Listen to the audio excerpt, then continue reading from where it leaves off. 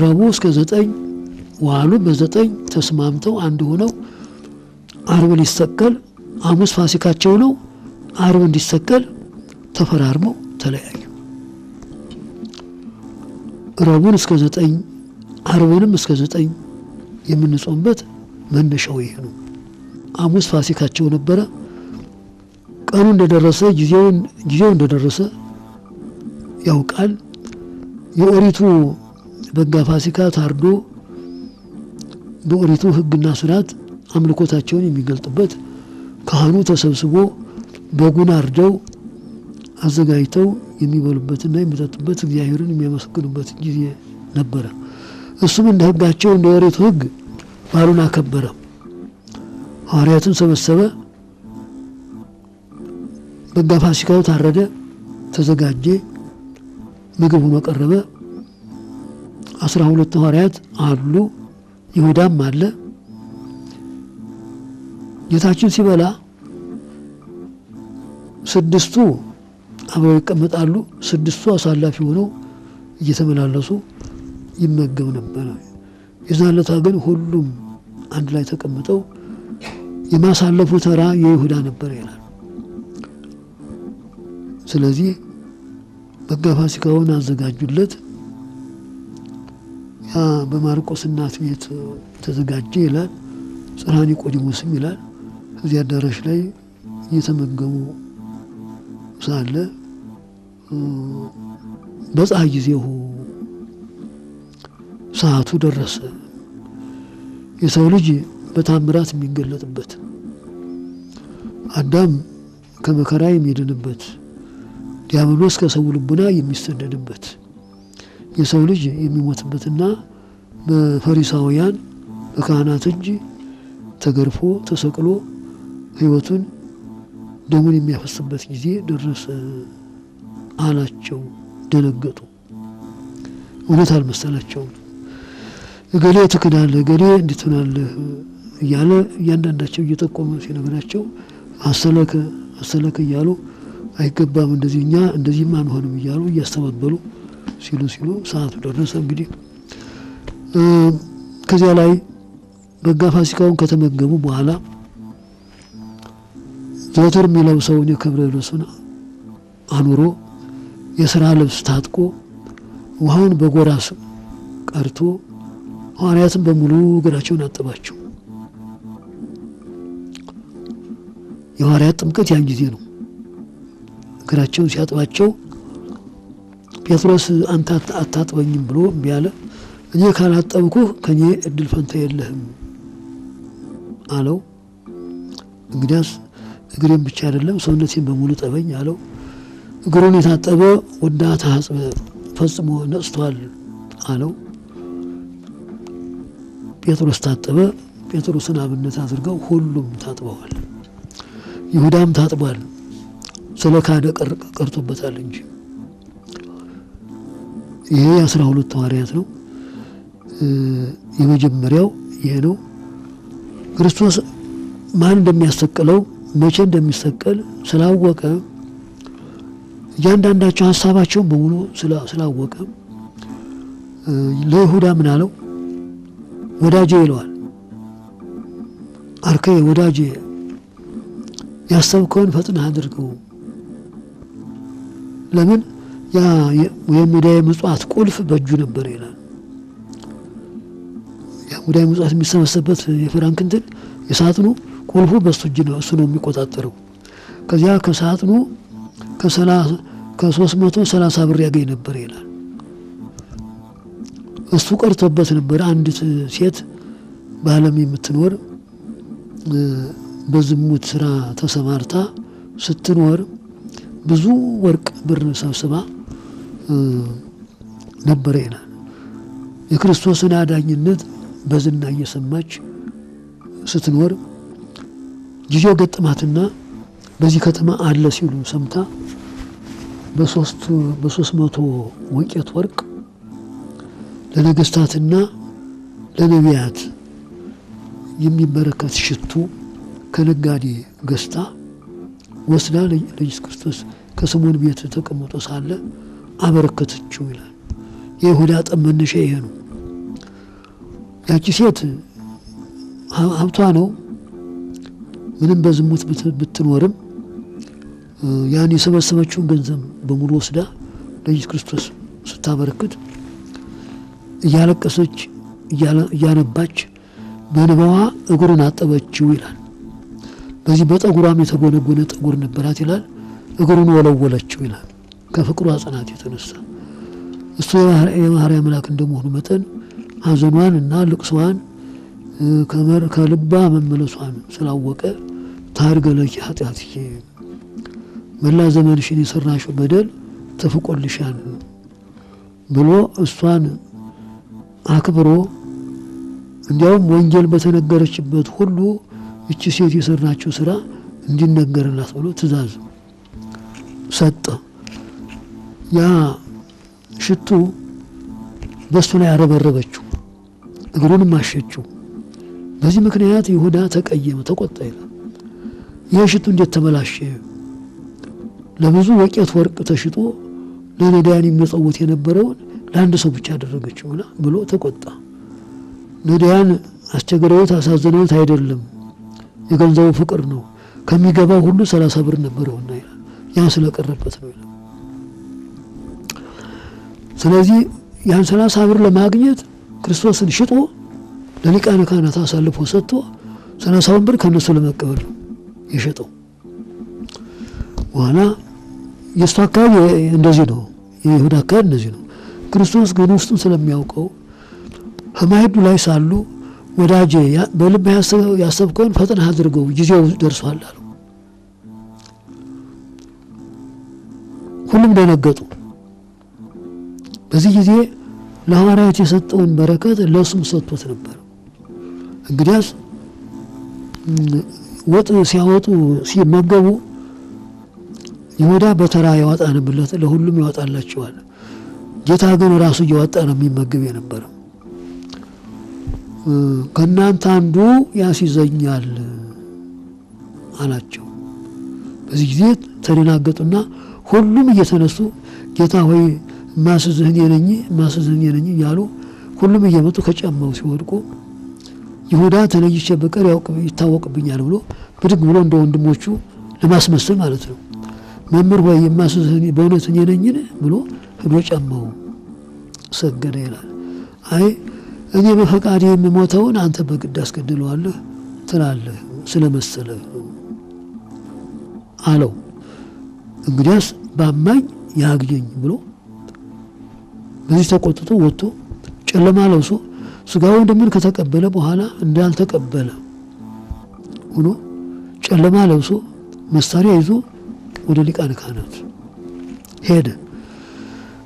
ተሰብስበው አገኛቸው። ኢየሱስን ባስይዛችሁ ምን ትሰጡኛላችሁ አላቸው። 30 ብር እንሰጥሃለን አሉት። የሱም ፈቃዱ ይሄ ነው። በእንግዲያስ ሰዓቱ አሁን ነው፣ ቦታውም እንዲህ ያለ ቦታ ነው። ኑ ብሩን ስጡኝ እናንተንም ላስይዛችሁ። የተሰወረ ምግባር ቦታ ነበር ይላል። ያ ጌቴሴማኒ ኢየሩሳሌም ሄዳችሁ ነው የተክል ቦታ ነው ይላል። እዚያ ሰዓት ላፊ የሄደ የተክል ቦታ ስለሆነ እዚያ ይሰወር ነበር ይላል። እዚያ አስይዛችኋለሁ ልምራችሁ አላቸው። ያን 30 ብር ከቤተ መቅደስ አውጥተው ለሱ ሰጥተው እነሱ በዘመናቸው የነበሩትን ወጣቶችና ወንበዴዎች ሰብስበው ኋላ ተማከሩ ይላል። ሊቃነ ካህናት ተማከሩበት ይላል። ለማን እሱ የ5 ገበያ ህዝብ ይከተለዋል፣ አግባ መልስ ብሎ ቢወጋንስ ምን አቅም አለን ብለው ሊቃነ ካህናት ከጲላጦስ ዘንድ ሄደው 400 ጭፍራ ተቀብለው መጡ። እነዚያ ሁሉ የጭራሮ መብራት የችቦ የሚባለው የችቦ መብራት ይዘው ሾተል፣ ጎመድ፣ ጦር ይዘው በጨለማ ይሁዳ እየመራ ክርስቶስ ቆይታ የሚያደርግባት ስውር ቦታ ነበረች። ያችን ያውቃት ነበር። እየመራ ወደ ተሰወረበት ቦታ ይዟቸው ሄደ። እዚያ ሲደርስ ድምፅ አሰማቸው ይላል። አሰሙት ይላል። እሱ ወጣና ማንን ትፈልጋላችሁ ሲለው የናዝሬቱ ኢየሱስን ነው የምንፈልገው አሉት። አይ የናዝሬቱ ኢየሱስ ማለት እኔ ነኝ ሲላቸው ደንግጠው የእንግላሊት ወደቁ ይላል። ጦሩ ከእጃቸው እየነጠቀ ለሱ ሰገደ ይላል። ፈረሱም ሰገደ ይላል። እንግዲህ ከእጃቸው ያለው ጦር የተቀመጡበት ፈረስ ለአምላክነቱ ሲሰግድ እነሱ በድንጋጤ ወደ የእንግላሊት ወደቁ ይላል። ተነሱ ይላል። አሁንም ሁለተኛ አሉ። ማንን ትፈልጋላችሁ? ኢየሱስን ነው። ኢየሱስ ማለት እኔ ነኝ ሲላቸው ደንግጠው ወደቁ ይላል። ሁለት ጊዜ ወደቁ። በሶስተኛው ንበሉ ጊዜው ነው ያዙኝ አላቸው። ፈቅዶ ያዙት፣ ልብሱን ገፈፉት፣ ወደ ቀያፋ ሊቀ ካህናቱ ግቢ ወሰዱት። ከቀያፋ ደግሞ ወደ ሐና፣ ከሐና ወደ ቀያፋ ሲያመላልሱት ሐሙስ ለዓርብ አደሩ ማለት ነው። በዚህ ጊዜ 6666 ጊዜ ገርፈውታል። እንግዲህ ይሄ ሁሉ የተደረገው ስለ አዳም ፍቅር ነው። ሰይጣንን ከሰው ልቡና ለማስወጣት ነው። ዓለምን ለመቀደስ ነው። እስከ ረቡዕ በጭቅጭቅ ነው። ረቡዕ በ9 ተፈራረሙ። ሐሙስ ፋሲካቸውን አከበሩ። በዚያች በምሴተ ሐሙስ ዕለት አጠቃላይ ለውጥ ተደርጓል። አሮጌው ቄስ ተወግዶ አዲሱ ቄስ የተሾመበት፣ መስዋዕተ ኦሪቱ አሮጌው መስዋዕት ተሽሮ አዲሱ መስዋዕት የተተካበት፣ አዲሱ ሕግ ተሽሮ አሮጌው ሕግ ተሽሮ አዲሱ ሕግ የተሾመበት፣ የመስዋዕት የልጅነት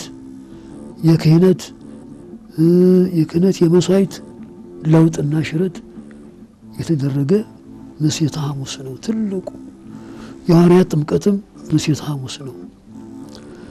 በበነጋው በአካል እሱ መላ ሌሊቱን አላሳረፉትም። ባሉ ሲያገቡት ባሉ ሲወጡት ቦገግ ብሎ ነጋ። ጠዋት ወደ ጲላጦስ አደባባይ ወሰዱት። ከጲላጦስ አደባባይ 14 ምዕራፍ ያን እርጥብ ግንድ አሸክመው እየደበደቡ በየምዕራፉ ይህንን ኢየሩሳሌም ደግሞ ማጣራት ነው። ምዕራፈ መስቀል ይባላል። የመስቀል ጉዞ 14 ምዕራፍ አለው። ከሊቶስጥራ እስከ ቀራንዮ ድረስ መጽሐፍም አለው። ያንን ገዝቶ ማጣራት ይቻላል። ከዚህ በኋላ መስቀል ማዘጋጀት በ3 ሰዓት ጀመሩ።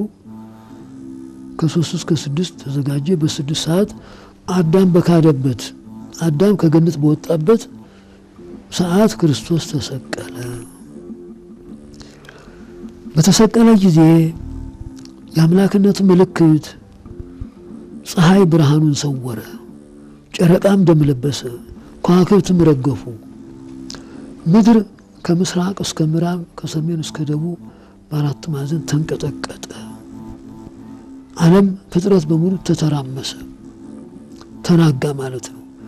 ለምን? ባለቤቱን ሰቅለው ገደሉት። የመጣ ስለ አዳም ፍቅር ሲሆን ስለ አዳም ፍቅር መምጣቱን ዘንግተው ሕጋችንን ሻረ፣ ሰንበትን ሻረ፣ በሰንበት ድውይ ፈወሰ፣ እውር አበራ፣ ለተራበ አበላ ጠጣ፣ እውር አበራ ብለው ቀንተው ሕይወታቸውን ገደሉ። እንደነሱ ፈቃድ ደግሞ ትንቢት ሊፈጽም ነው የመጣው፣ ሊሞት ነው የመጣው። ስለዚህ ዘመናቸውን ባለማወቃቸው እድላቸውንም ባለማወቃቸው ከሕይወታቸው ተለይተው ቀሩ። ትምህርት የሚያስፈልገው ለዚህ ነው። ዘመናዊ ለፍህ የሚባለው እድላዊ ለፋችሁ የሚያሰኘው ይሄ ነው። የመማር ምልክቱ ምስጢር የማወቁ ነው። የአምላክ ሰው መሆን ሰሙነ ሕማማት ሰኞ፣ ማክሰኞ፣ ረቡዕ፣ ሐሙስ ምን እንደተሰራበት እየተናገርኩ ነው። ስለዚህ ዓርብ በ6 ተሰቀለ። በ6 የተሰቀለበት ምክንያት ስላለው አዳም አዳም ፍቅር ነው። አዳም ከገነት የተባረረ የካደ በ6 ሰዓት ነው። ከገነት የተባረረ ደግሞ በ11 ሰዓት ነው። ክርስቶስ በ6 ተሰቅሎ በ9 ሰዓት ነፍሱን ከስጋው በገዛ ስልጣኑ ለይቶ በሰርክ በአካለ ስጋ ወደ መቃብር አዳም በወጣበት ክርስቶስ ወደ መቃብር ወርዷል።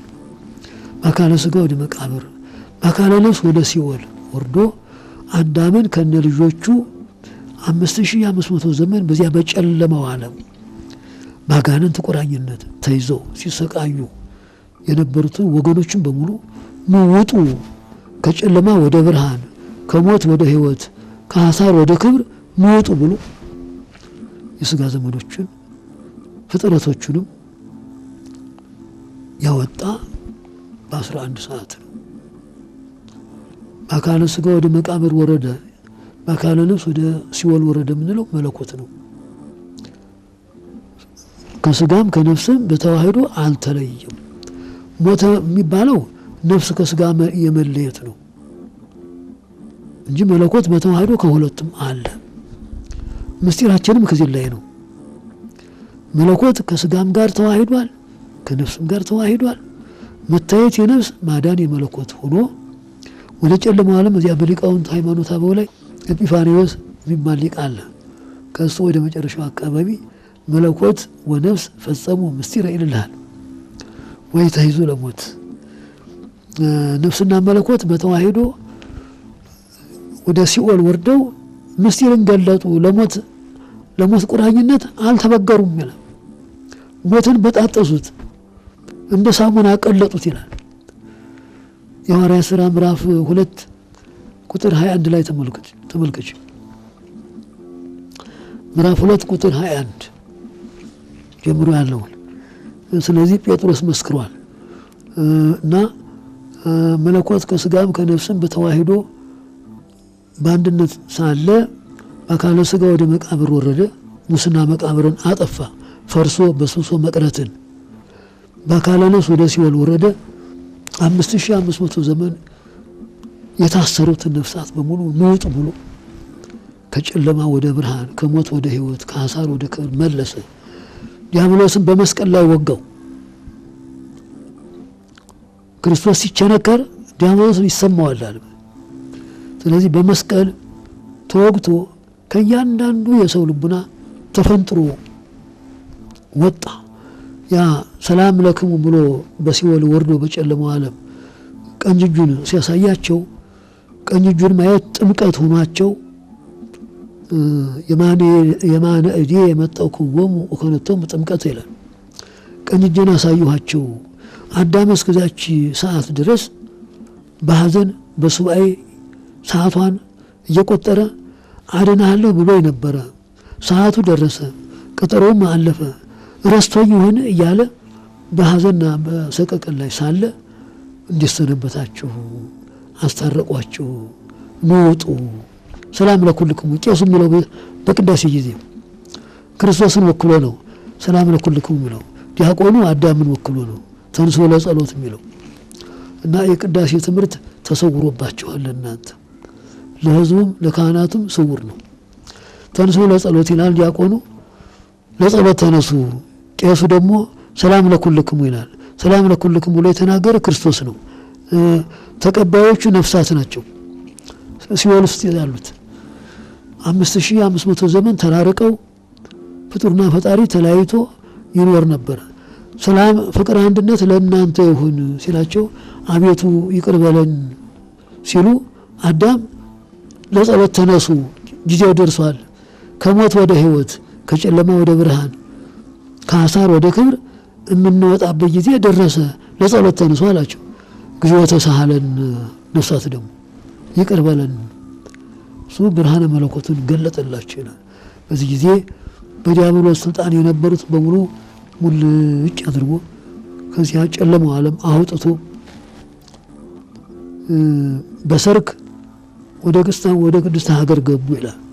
በሰርክ ገነት አዳም ከመግባቱ በፊት መላ ዘመኑን በሽፍትነት የፈጸመ በቀኝ የተሰቀለው ወንበዴ በመስቀል ላይ ሳለ ፀሐይ ስትጨልም ጨረቃ ደም ስትሆን ከዋክብት ሲረግፉ መሬት ሲንቀጠቀጥ በማየቱ ተዘከረን እግዚኦ በውስተ መንግሥትከ በዳግም ምጽአትከ አቤቱ በጌትነት በተገለጥ ጊዜ በቸርነት አስበን እያለ ለሱም ለወንድሙ አብሮ ለተሰቀለው ሲጸልይ በግራ የተሰቀለው ወንበዴ ደግሞ አንተ ወንድሜ ከኛ ጋር ተሰቅሎ እንደኛ የሚሰቃየውን አድነኝ ብለህ ለሱ እንዴት ትለምናለህ አለው። ወንድሜ እኛ መሰቀላችን የሰው ደም አፍሰን ነፍስ ገለን ዘርፈን ወንጀል ፈጽመን በወንጀላችን ክብደት ተሰቅለናል። እሱ ግን ለዓለም ቤዛ ነው የተሰቀለው። ለዓለም ቤዛ ቢሰቀል ፈጣሪ እግዚአብሔርን አትፈራውምን አለው። በዚህ ጊዜ ቀና ሲል በዚያ በመጽራሪያም በአንድነቱ በሶስትነቱ እንዳለ ተገለጠለት ይላል። ተዘከረን እግዚኦ በውስተ መንግሥትከ በዳግም ምጽአትከ ብሎ ጠየቀው። አይዞህ ጢጦስ ወደ ግብጽ ስንወርድ በስደት የነገርኩ ሁሉ ተፈጽሟል። ከስደት ከሞት በስተቀር የቀረ የለም። አሁንም ሞት ብቻ ነው። ዛሬ በመስቀል ከኔ ጋር እንዳለህ ነገም በገነት ከኔ ጋር ትኖራለህ። ሂድ ገነት ግባ ብሎ ደመ ማኅተሙን የይለፍ ሰጠው። ያን የይለፍ ደመ ማኅተሙን የይለፍ ይዞ ሂድ ግባ አለው። ወደ ገነት ገስግሶ ሲገባ የገነት ጠባቂዋ መልአክ የጌታን ደመ ማኅተም አይቶ አንተ ማን ነህ? ተመለስ አለው። አልመለስም አለው። ለምን? ጌታዬ ልኮኛል አልመለስም አለው። ለመሆኑ አንተ ማን ነህ? አብርሃም ነህ? የእግዚአብሔር ወዳጆች የሚባሉት አብርሃም፣ ይስሐቅ፣ ያዕቆብ፣ አዳም ነህ? መልከጼዴቅ ነህ? ሙሴ ነህ? ኢሳይያስ ነህ? ማን ነህ? ሁሉንም አይደለሁም። ታዲያ ማን ትባላለህ? እኔስ ወንበዴ ነኝ። እኔ ከዚህ እኮ ወንበዴ ሌቦ የሚሰረቅ የለ የሚሞት የለ የሕያዋን ሀገር እኮ ነው ይሄ። ሌቦ ይለዋል። ሌቦ እዚህ እኮ የሚሞት አካል እኮ የለም የሕያዋን ሀገር እኮ ነው። አይ ወንድሜ ያልሰማህ እንደሆነ ልንገርህ፣ አምላክ እንጂ ሰው ሆኖ ተወልዶ በዓለም ላይ ተገልጦ በመስቀል ተሰቅሎ ደሙን አፍስሶ ከእሱ ጋር በወንበድና ተሰቅዬ ከ6 ሰዓት እስከ 9 ሰዓት ባለው ውስጥ 7ቱ ታምራት ሲለዋወጡ አይቼ አምላክነቱን አምኜ ብለምነው ለዚህ ክብር አብቅቶኛል። ይኸው ምልክቱ አለ። ደመ ማኅተሙን ብቅ ሲያደርግለት ተንቀጠቀጠ። ያን መንገድ ለቀቀ። ከሁሉ ተቀደሙ ሽፍታው በ3 ሰዓት ልቅሶና ንስሐ መግባት ገነትን ገባ።